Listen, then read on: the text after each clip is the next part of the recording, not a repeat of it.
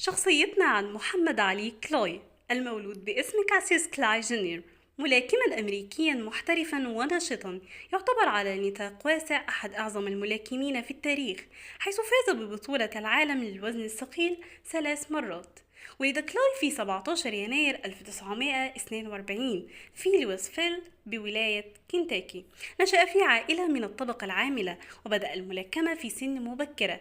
كان موهوبا بشكل طبيعي، ولقد فاز بميدالية ذهبية في الملاكمة في دورة الألعاب الأولمبية الصيفية لعام 1960.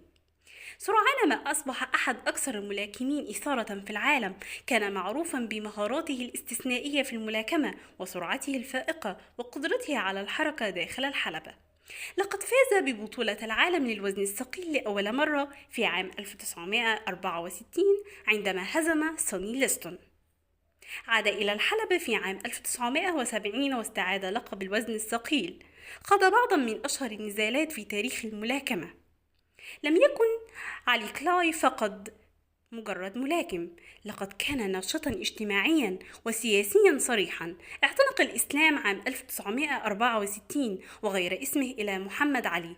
رفض التجنيد في حرب فيتنام لأسباب دينية، مما أدى إلى تجريده من لقبه وسجنه. توفي كلاي في 3 يونيو عام 2016. محمد علي ترك إرثا عظيما من الإنجازات الرياضية والنضال من أجل الحقوق الإنسانية، ولا يزال يلهم الأجيال.